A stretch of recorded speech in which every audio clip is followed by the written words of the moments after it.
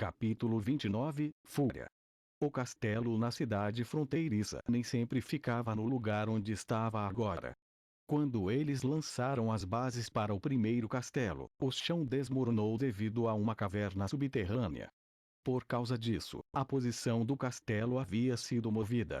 Os esgotos já escavados foram em sua maioria destruídos no desmoronamento, e algumas partes ainda estavam intactas, mas essas partes também foram descartadas por causa da realocação e redesenvolvimento do castelo. Quando Brian ainda era jovem, ele costumava brincar nesses túneis subterrâneos, e um dia ele acidentalmente encontrou uma rota de um poço abandonado do lado de fora da muralha do castelo, que levava diretamente a um poço no jardim do castelo. Brian contou a notícia dessa descoberta a seu pai, mas ele sofreu uma surra severa em troca. Seu pai também o avisou de que invadir o castelo do Lorde era uma ofensa capital. No caso em que ele foi encontrado, só poderia terminar com uma jornada para a forca. Através disso, Brian ficou assustado por sua vida e nunca mais entrou nos velhos esgotos. No entanto, quando as pessoas se juntam, começam a beber e conversar, e durante essas ocasiões ele se gabava repetidamente de sua própria capacidade de ter acesso direto ao castelo. Agora ele estava extremamente arrependido. A patrulha da cidade inteira, além da Greyhound, eram 9 homens. Em outras palavras, Fierce-Scar havia convencido a patrulha da cidade inteira, e eles agora estavam trabalhando para o Duque Rian, que estava no controle da parte ocidental do reino. Além disso, as recompensas eram tão boas que presumivelmente apenas poucas pessoas poderiam suportar essa tentação.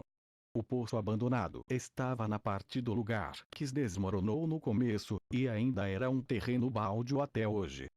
Fierce-Scar ordenou Brian com sua espada para liderar o caminho, e durante todo o tempo a caminho do poço Brian foi pego no meio do grupo. Os canais bastante espaçosos dos quais ele podia se lembrar de sua infância haviam se tornado muito estreitos.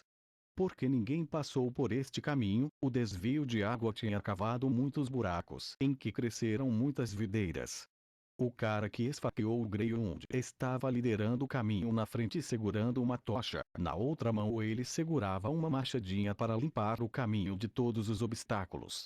Enquanto Brian fingia lembrar a estrada, no fundo do coração, ele secretamente pensou em uma maneira de escapar. Mas para tais ações, este era claramente um lugar muito inconveniente. Aqui ele não tinha possibilidade de escapar. Somente no castelo havia a possibilidade de obter uma pequena chance. Mas como ele deveria fazer isso? Ele deveria chorar em voz alta para levar os guardas de Sua Alteza para eles. Não, não, isso era uma má ideia. Fierce-Scar só tinha que levantar a mão e ele seria capaz de levar a vida de Brian. Ele tinha que se afastar dele, caso contrário seu destino seria como o da Greyhound. Ao pensar em Greyhound, os olhos de Brian se tornaram um tanto sombrios ou sem graça. Antes da criação da cidade fronteiriça, ele e o próprio Brian já moravam aqui. Eles cresceram e tocaram muitas vezes juntos, e até se juntaram à patrulha da cidade juntos, o que foi ideia de Brian. A Greyhound nunca esperara que ele próprio fosse eleito capitão da patrulha. Brian estava feliz por ele há muito tempo, mas por causa de sua gagueira, a Greyhound sofrera muito desprezo.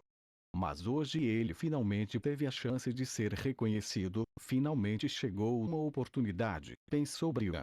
Mas quando Greyhound caiu e Fierce-Scar rosnou em direção a Brian, Fierce-Scar sarcasticamente disse diretamente a seu rosto a verdadeira razão pela qual todos elegeram Greyhound como capitão.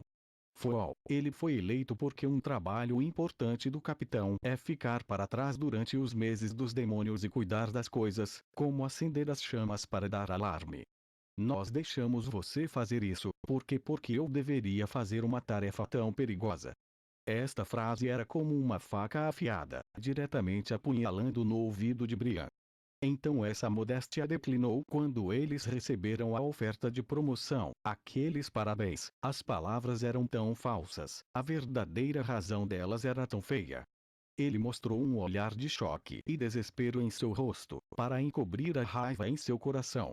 Isso foi simplesmente indesculpável. Brian secretamente se enfureceu, alguém deve pagar o preço por isso. Depois de caminhar meia hora pelo esgoto seco, a multidão finalmente pôde ouvir o som da água fluindo. Isso significava que eles não estavam longe de seu destino. Depois que eles viraram uma esquina, de repente a frente ficou muito mais aberta e brilhante. O lugar aberto podia acomodar duas pessoas de pé lado a lado. A pessoa que se deslocava na frente do grupo disse: "Não há estrada à frente, é a boca do poço."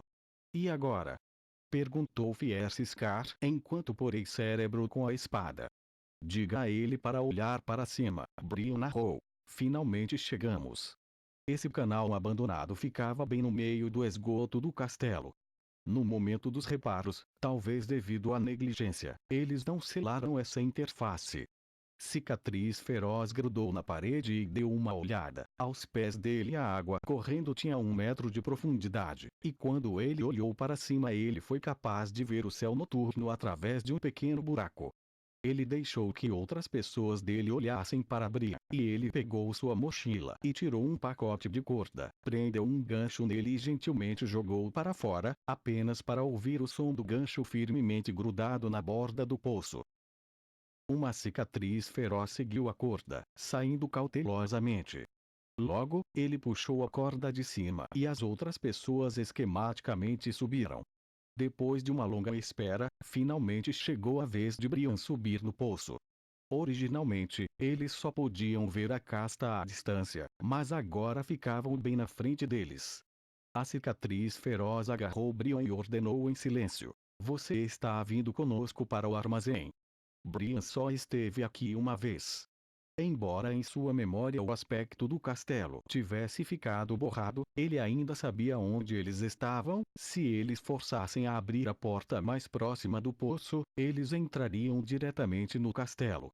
Naquela época, a maioria das pessoas no castelo já havia ido dormir, e a lamparina pendurada na parede do corredor já havia sido extinta também. Na escuridão, alguém teve que acender um fogo.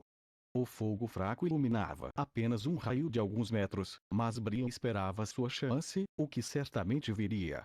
Quando a equipe chegou a uma bifurcação na estrada que levava ao porão, ele apontou para a escada que levava para baixo e, de repente, passou correndo por seus supervisores.